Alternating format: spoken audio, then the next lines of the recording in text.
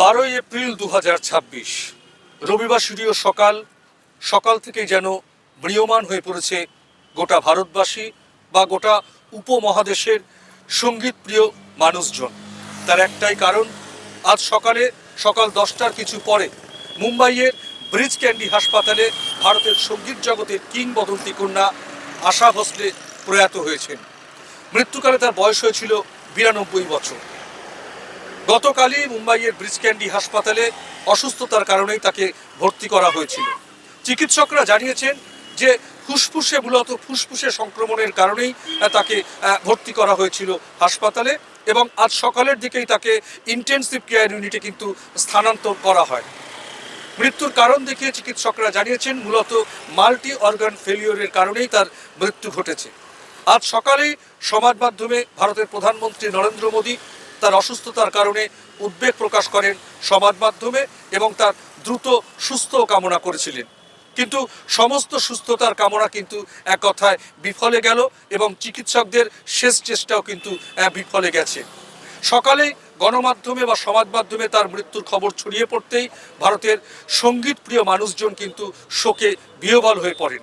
তার মৃত্যু শেষ পর্যন্ত নিশ্চিত করেছেন তার পুত্র আনন্দ ভোসলে।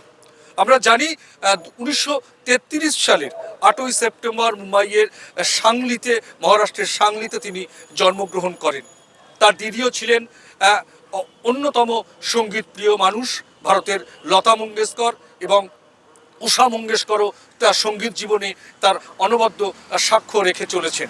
ইতিমধ্যে লতা মঙ্গেশকর কিন্তু প্রয়াত হয়েছেন 2022 সালের 6 ফেব্রুয়ারি, এবং আজ 2026 সালের 12 ফেব্রুয়ারি প্রয়াত হলেন আশা ভোসলে।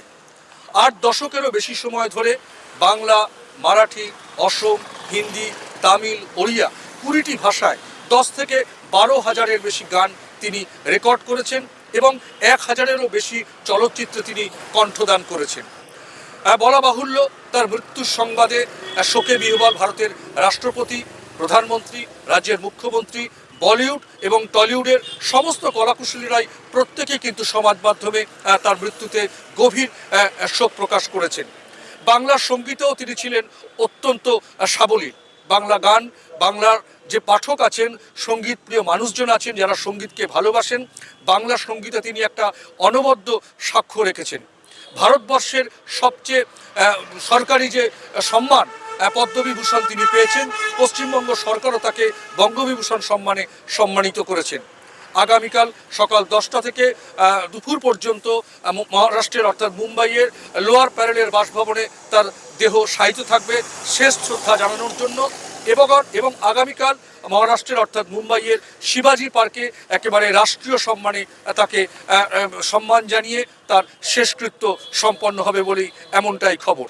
এই ছিল কিংবদন্তি কন্যা, সঙ্গীতের কন্যা 92 বছর বয়সী আশা ভোসলের মৃত্যুর সংবাদ নিয়ে আমার কাছে সর্বশেষ আপডেট। পরমাশিস ঘোষ রায়, RTV ইন্টারন্যাশনাল, কলকাতা।